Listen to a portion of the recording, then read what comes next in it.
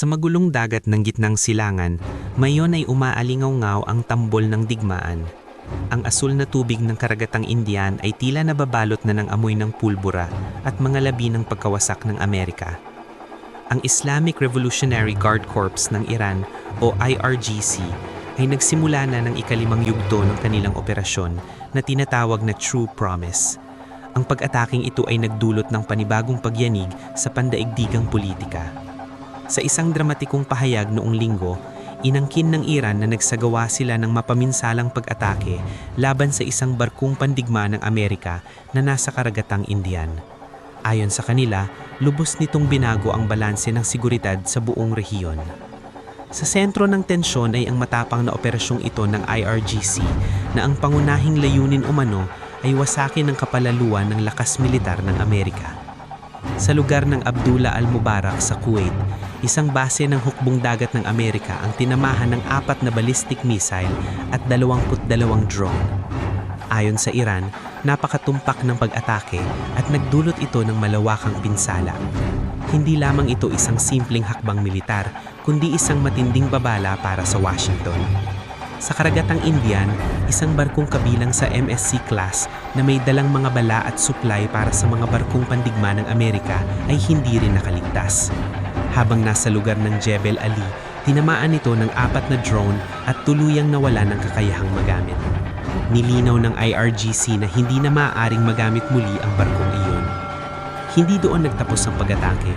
Upang ipakita ang kanilang teknolohikal na lakas, ginamit din umano nila ang Qadr 380 missile.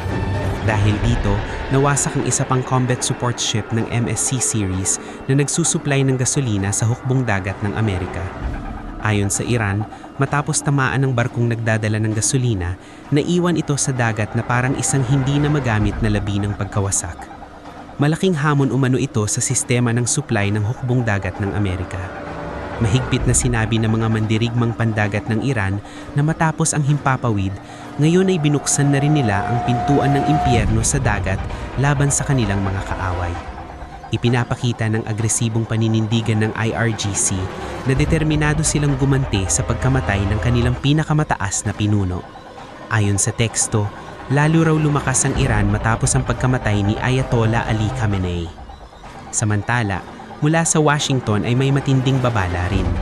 Hindi na nahimik si dating Pangulong Donald Trump matapos ang pag-atake. Sa social media, sinabi niyang kung muling susubok ang Iran na umatake, haharap sila sa kapangyarihang hindi pa raw nasaksihan ng mundo. Ayon sa White House, kung masasaktan ang interes ng Amerika, hindi na sila mananatiling tahimik. Ang alitan ng dalawang bansa ay hindi na lamang palitan ng salita. Ito ay naging direktang sagupaan ng mga missile at drone. Buong mundo ngayon ay nagmamasid ng may pangamba. Hanggang saan hahantong ang tensyong ito? Mula sa karagatang Indian hanggang sa disyerto ng Kuwait, ang nangingibabaw ay amoy ng pulbura at sigaw ng digmaan. Ang operasyong True Promise ng Iran ay nagtulak ng politika ng gitnang silangan sa matinding kawalan ng kayakayan.